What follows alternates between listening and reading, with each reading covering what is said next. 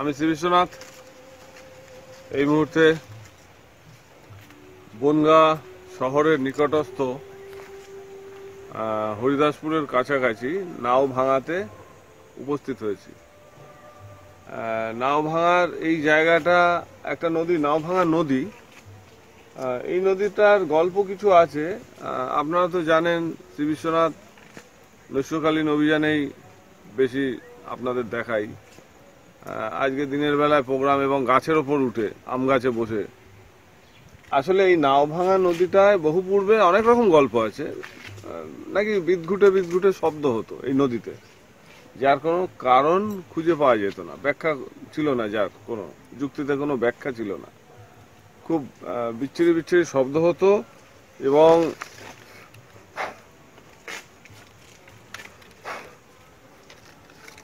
সেই শব্দটা উৎস মানুষ অনেক খুঁজেছে, কিন্তু শব্দটা উৎস খুঁজে পাওয়া যায়নি। আর আমি যেখানটায় বসে আছি আম গাছটায়, এর পেছন দিকে খানিকটা দূরে আমাদের হিন্দুদের তো বাচ্চাদের মারা গেলে দাহ করা হয় না, দফন করা হয়, পুঁতে দেওয়া হয়, সেরকম একটি জায়গা আছে পেছনটাতে। এখন আমি গাছে উঠে বসেছি। আপনাদের হয়তো প্রশ্ন জাগছে যে দিনের বেলায় গাছের ওপর উঠে বসে কি করছি। হ্যাঁ, ব্যাপার হচ্ছে এই যে গাছটাতে আমি বসে আছি, এই গাছটাতে বসে থাকার আরও তো অনেক গাছ আছে, কিন্তু আমি এটাতেই উঠেছি।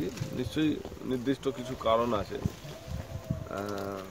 এখান থেকে ঘাটে যাওয়ার রাস্তা আছে, এখান থেকে ঘাটে যাওয়ার রাস্তা আছে। গ্রামের লোকজন কখনো কখনো স্নান করতে আসে 5-7 জন 10 জন মিলে।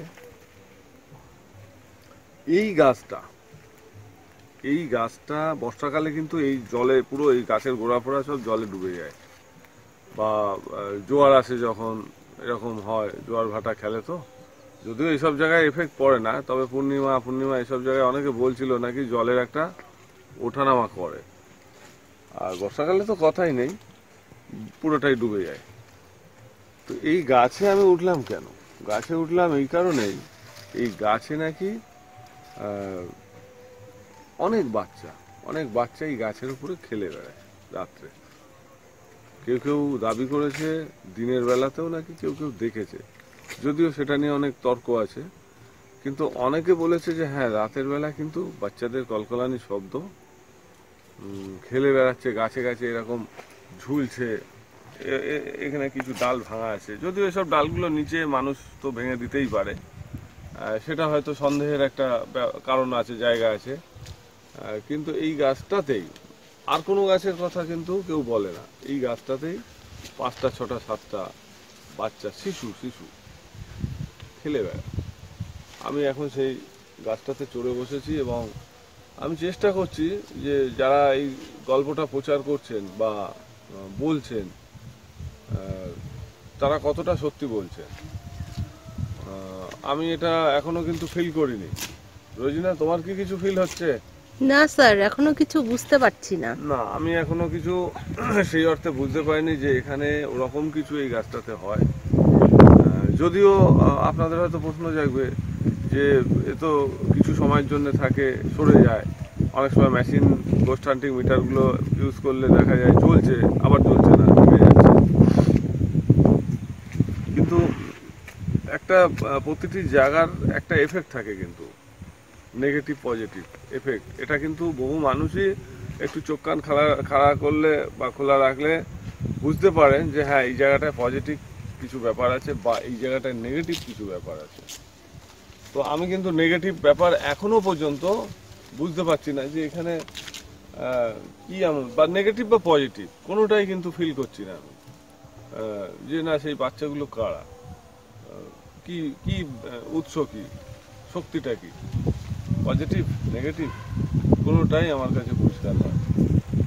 বেশ কিছুক্ষণ আমি এই জায়গাটা পরীক্ষা করছি, দেখছি। তো যাই হোক, আমি গাছ থেকে নামবো এবং নাও ভাঙা নদীর কাছটাতে একটু যাব। রোজিনা, আমি নামছি। আমার দর্শকদের আমি যতটা পারি দেখাবার চেষ্টা করব যে নাও ভাঙা নদী সত্যি কি এরকম কিছু অদ্ভুত ব্যাপার ঘটে। আচ্ছা, তুমি কি নিচে নামবে? হ্যাঁ হ্যাঁ তুমি না। নিচে নামো সাবধানে, কেননা এখানে কিন্তু পড়ে গেলে লাগবে। আস্তে করে নামো। চলে এসো, তুমি নিচের দিক ফোকাস করে এসো, দেখে এসো,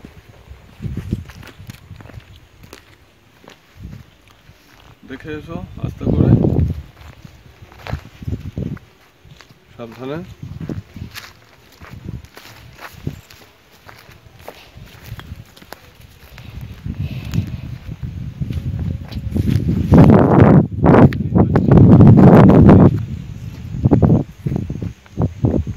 এখানে রেল ব্রিজ আছে, একটু এদিকে এসো, তাহলে রেল ব্রিজটা ধরতে পারবে। সাবধান কিন্তু,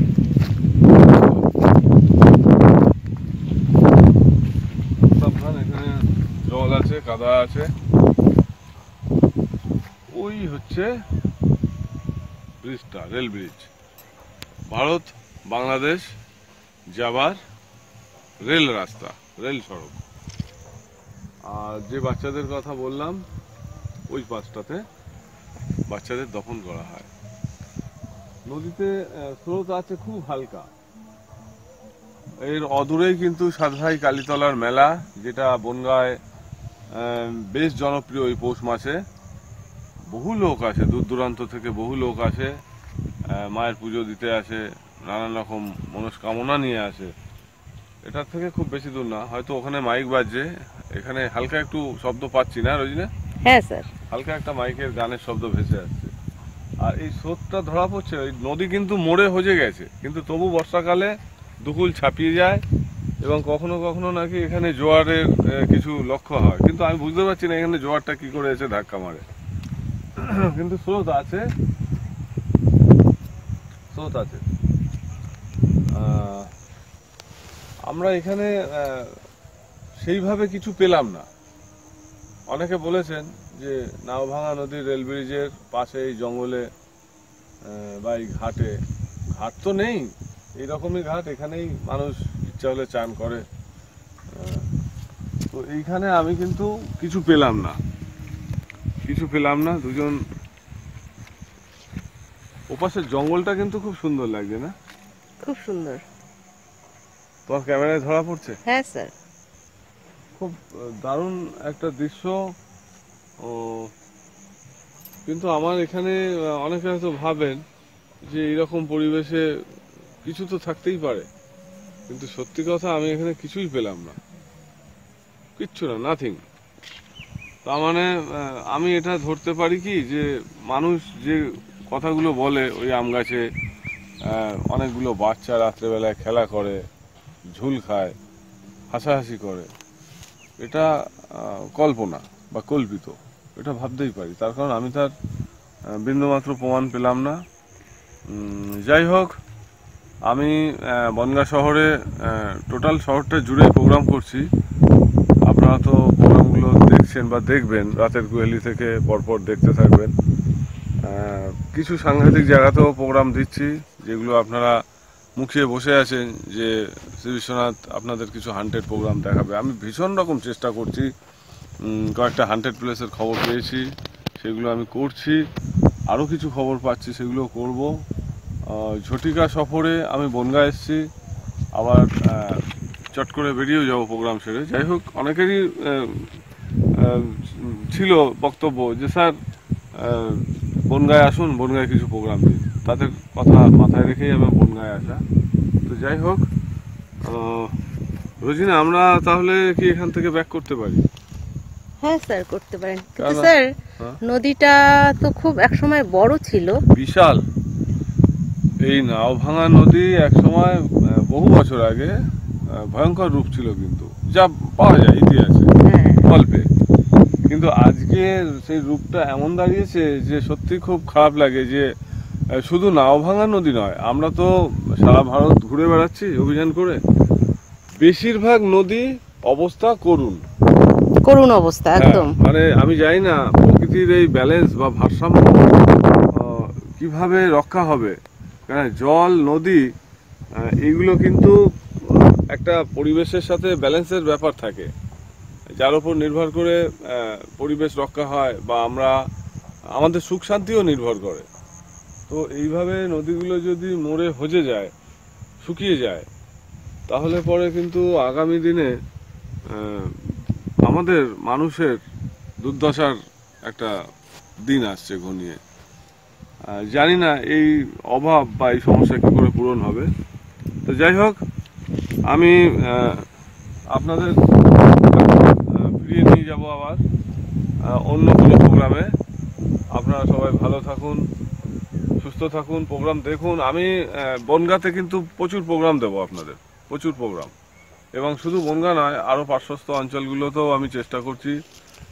যদিও আমার হাতে সময় খুব কম, খুব বেশি সময় আমার হাতে নেই বনগাঁতে থাকার। 2 রাত কি 3টে রাত এরকম আমি এখানে প্রোগ্রাম করছি। তার ভেতর দিয়ে যতটা পারছি কভার করছি। যাই হোক, সবাই ভালো থাকুন। নাওভাঙা নদীর পাড় থেকে শ্রী বিশ্বনাথ, ধন্যবাদ।